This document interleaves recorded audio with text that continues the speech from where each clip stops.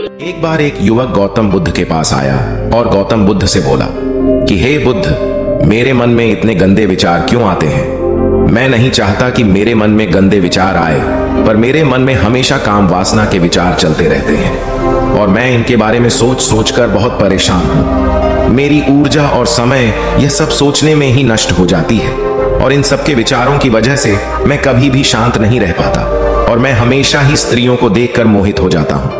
इन विचारों को अपने आप को रोक ही नहीं पाता। बुद्ध मुस्कुराए और उन्होंने उस युवक से पूछा, क्या तुम्हें पता है यह काम वासना होती क्या है? फिर लड़के ने उत्तर दिया और कहा, बुद्ध, मैं यह तो नहीं जानता कि काम वासना होती क्या है, पर हाँ, ये जो भी है बहुत बुरी चीज है। फिर बुद्ध ने उस युवक से कहा कि सबसे पहले तो तुम्हें यह समझना है कि प्राकृतिक रूप से जो भी चीज हमारे अंदर है वह बुरी नहीं है। हमारे जीवन में उसकी कुछ ना कुछ जरूरत है। वासना कोई बुरी बात नहीं है। यह तो हमारे मन की एक भावना है जो हमें किसी ना किसी चीज की कमी का एहसास करवाती है और फिर हम उस चीज को पाने के लिए उस चीज की तरफ आकर्षित हो जाते हैं। जैसे अगर तुम्हारे पास धन की कमी है तो तुम में धन पाने की वासना उत्पन्न हो जाएगी। तो वासना कुछ और नहीं, बस एक प्रकार की कमी है जो कि एक प्रकार की जरूरत का एहसास है। और जब यह जरूरत शारीरिक हो तो हम इसे काम वासना का नाम देते हैं। युवक ने गौतम बुद्ध को कहा कि बुद्ध, मुझे काम वासना का मतलब तो समझ में आ गया, पर आप मुझे यह बताइए कि यह आती कहां से है और कैसे आती है। गौतम बुद्ध ने कहा कि काम वासना कहीं से आती नहीं है, यह तो हमारे अंदर ही होती है और इसका होना तो जरूरी भी है, तभी तो मानव जाति का विस्तार होगा। युवक ने कहा, जब यह हमारे अंदर ही है और जरूरी भी है तो फिर लोग इसे गलत क्यों बोलते हैं? बुद्ध ने कहा कि यही तो समस्या है।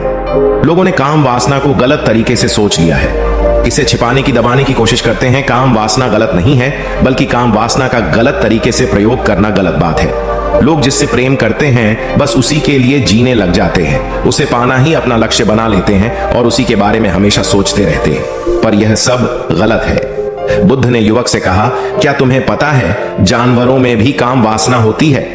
युवक ने उत्तर दिया, हाँ बुद्ध, जानवरों में भी काम वासना होती है, क्योंकि जानवर भी तो आखिर अपनी पीढ़ी को आगे बढ़ाएंगे। बुद्ध ने कहा, तो फिर हम जानवरों की काम वासना को गलत क्यों नहीं कहते? युवक ने कहा, मुझे नहीं पता महात्मा, आप ही मुझे बताइए। गौतम बुद्ध ने कहा कि जानवर अपनी काम वासना का प्रयोग आनंद प्राप्ति के लिए नहीं करते, वह तो सिर्फ संतान उत्पन्न करने के लिए ही काम वासना का उपयोग करते हैं। जानवरों को प्रकृति ने इतनी समझ नहीं दी कि वह काम वासना को अपने सुख का आधार बना सके, जबकि मनुष्य अपनी समझ के बलबूते पर प्रकृति में पाई जाने वाली प्रत्येक वस्तु को अपने सुख के लिए प्रयोग करता है। हम इंसानों ने ही काम वासना को अपने सुख का साधन बना लिया है, जबकि प्रकृति ने तो हमें अपने वंश को आगे बढ़ाने के लिए दिया था, लेकिन इंसानों ने इसे अपने जीवन का परम लक्ष्य बना रखा है और इस तरह से काम वासना का भी लगाम हो जाना गलत है। युवक ने पूछा, महात्मा जी, ये काम वासना हम पर हावी क्यों होती है? तब गौतम बुद्ध ने कहा कि सुनो, अब जो मैं तुम्हें बताऊंगा उसे तुम ध्यानपूर्वक सुनना। काम वासना का सारा खेल तुम्हें समझ आ जाएगा, तुम्हें तुम्हारे सारे सवालों का जवाब मिल जाएगा। बस तुम्हें ध्यान से सुनकर समझना है। एक बार की बात है, एक आश्रम में गुरु और उनके शिष्य रहा करते थे, जो रोजाना आश्रम के बाहर स्थित गांव में भिक्षा लेने के लिए जाते थे। उस आश्रम का एक शिष्य जिस गांव में भिक्षा लेने जाता था, उस रास्ते में एक नदी पड़ती थी।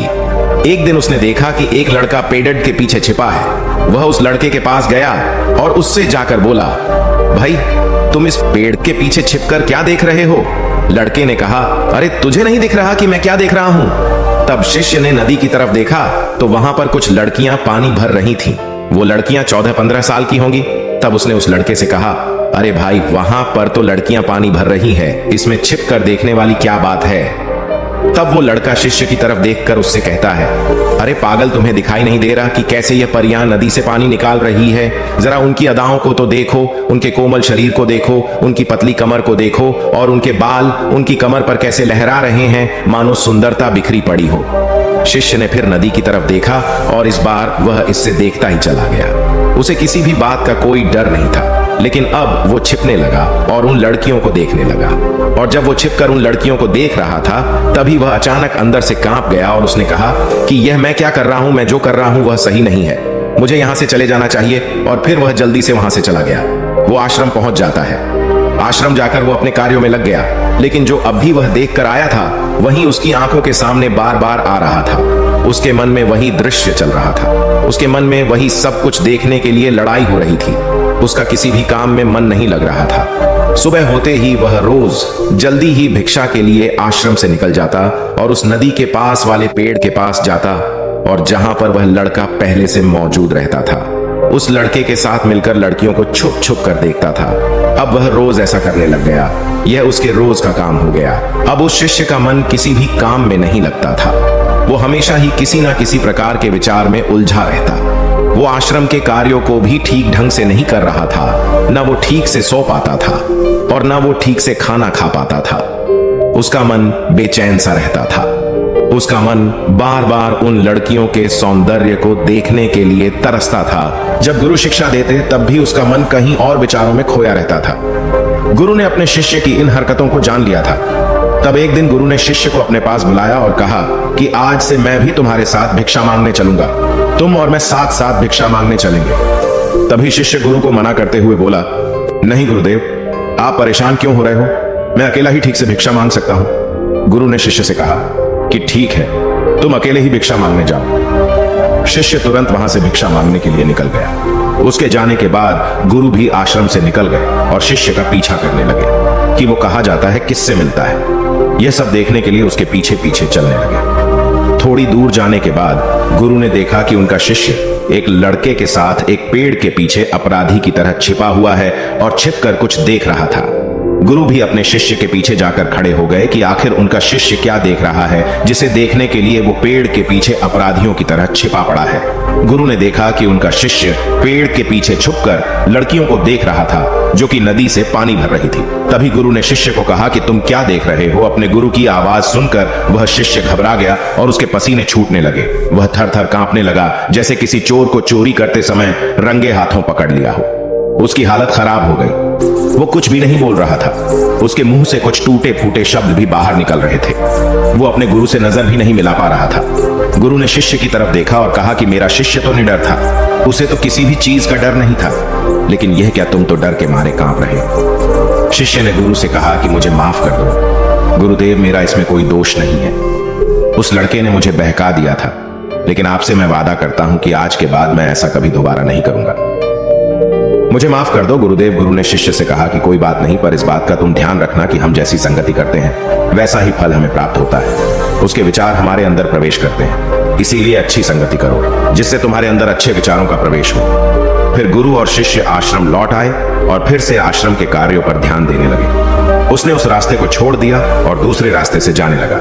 वो अपने काम को ध्यान से करता, लेकिन धीरे धीरे उसके अंदर क्रोध उत्पन्न हो गया और फिर वो दूसरों पर क्रोध करने लगा और बेचैन रहने लग गया।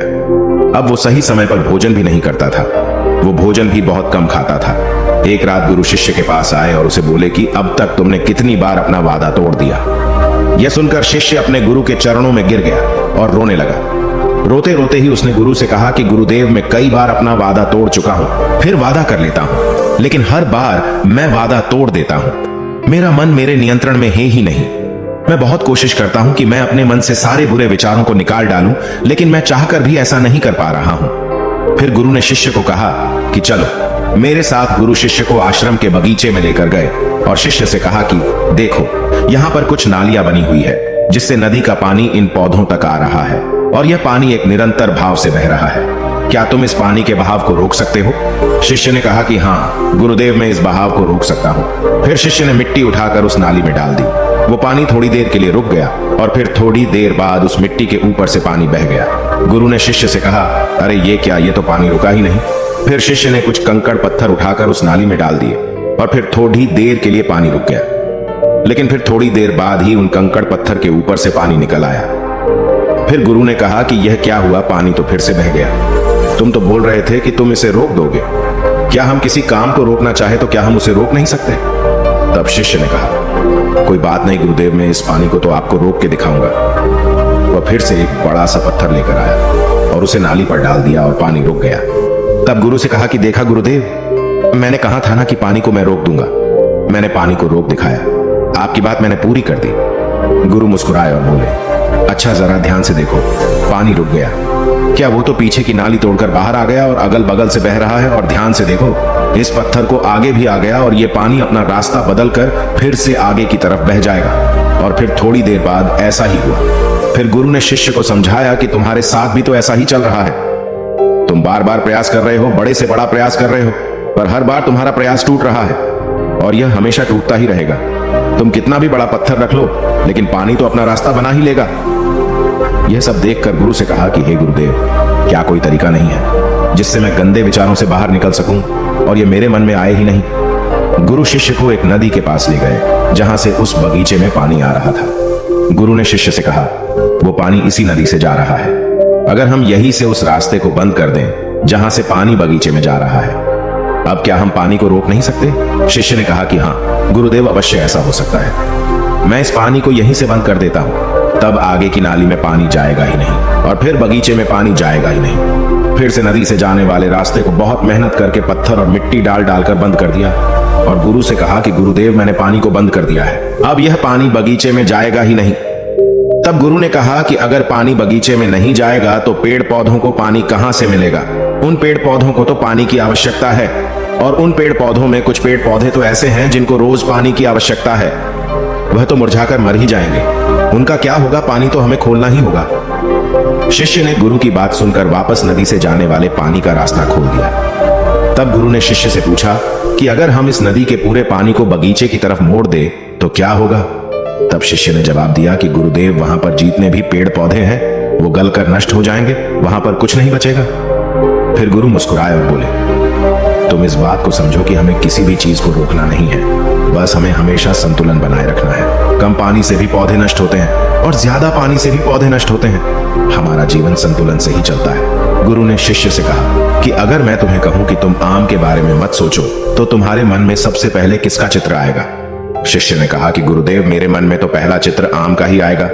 गुरु ने कहा कि जब हम गंदे विचारों को जबरदस्ती रोकने का प्रयास करते हैं तो वह और मजबूती के साथ हमारे अंदर प्रवेश करते हैं और ज्यादा हमारे अंदर उठते हैं। इसीलिए हमें उन्हें कभी भी दबाने की कोशिश नहीं करनी चाहिए। फिर गुरु ने शिष्य को जाते हुए कहा कि हमारे गंदे विचार बुरे लोगों की संगति करने की वजह से भी आते हैं। कई बार क्या होता है कि कामुकता हमारे अंदर होती नहीं है, लेकिन कुछ अश्लील लोगों के साथ रहने की वजह से ये हमारे अंदर हावी हो जाती है। फिर शिष्य ने कहा कि गुरुदेव, आप सही कह रहे हैं, मैं अपने मार्ग से भटक गया था। फिर वो शिष्य उस रात बहुत ही चैन की नींद सोया। सुबह अपने कार्यों को पूरे मन से किया और फिर सुबह वो भिक्षा लेने के लिए उसी रास्ते से गया जहां वह लड़का आज भी पेड़ के पीछे छुपकर उन लड़कियों को देख रहा था। वो शिष्य नदी पर गया जहां वह लड़कियां पानी भर रही थीं। उसने उन लड़कियों से पानी मांगा। उन लड़कियों में से एक लड़की ने उसे पानी पिलाया और उस सन्यासी शिष्य के चरण छुए। शिष्य ने उसे आशीर्वाद दिया कि तुम्हारा कल्याण हो। उसका मन सकारात्मक ऊर्जा से भर गया। उसके चेहरे पर मुस्कान आ गई थी, जैसे कि उसे कुछ खोया हुआ वापस मिल गया हो। वह वापस अपने रास्ते से जाने लगा। तभी पीछे से वह लड़का आ गया जो पेड़ के पीछे छुपा हुआ था। वह शिष्य के पास आया और बोला कि क्या बात है, आज तो तुमने नजदीक से दर्शन कर लिए, तुम तो मुझसे भी आगे निकले। तब शिष्य ने कहा कि हम हमेशा दूसरे के दर्शन करने में ही व्यस्त रहते हैं, अपने दर्शन कर ही नहीं पाते। तुम कब तक इस पेड़ के पीछे छुपते रहोगे? किसी को पसंद करते हो तो उससे बोल दो, अगर वो भी तुम्हें पसंद करती है, और शादी कर लो। पर उससे पहले तुम कुछ बन जाओ तथा अपने आप को पहचान लो। ऐसे अपना समय बर्बाद मत करो। फिर वह लड़का रोज उससे मिलने लगा और उस लड़के ने नदी पर जाना छोड़ दिया। और फिर वो लड़का अपने जीवन में कुछ बनने के लिए संघर्ष करने लगा। तो तुमने देखा संगति का असर क्या होता है। अपनी संगति बदलो, अपने विचार बदलो। बुद्ध ने युवक से पूछा कि क्या तुम्हें तुम्हारे सारे सवालों का जवाब मिल गया? तब युवक ने कहा कि हाँ महात्मा जी, आपका बहुत बहुत धन्यवाद। तब गौतम बुद्ध ने युवक से कहा कि जब तुम्हारे मन में गंदे विचार आए तब आप अपने आप को दोषी मत मानो। यह शरीर है और यह सब इसमें हजारों वर्षों से सीखा है। यह केवल तुम्हारे सोच लेने से, शपथ लेने से यह टूटने वाला नहीं है, लेकिन तुम्हारे पास वो शक्ति है और वो ऊर्जा है जिसका तुम्हें संतुलन बनाए रखने के लिए उपयोग करना है। तुम एक जीवित ऊर्जा हो जो कुछ भी अनुभव करने के लिए स्वतंत्र हो, जो कुछ निर्माण करने के लिए स्वतंत्र हैं। इसीलिए तुम अपने आप को पहचानो। दोस्तों, आपको यह कहानी कैसी लगी हमें कमेंट करके जरूर बताना और ऐसी ही और कहानियों के लिए सब्सक्राइब का बटन जरूर से दबा देना।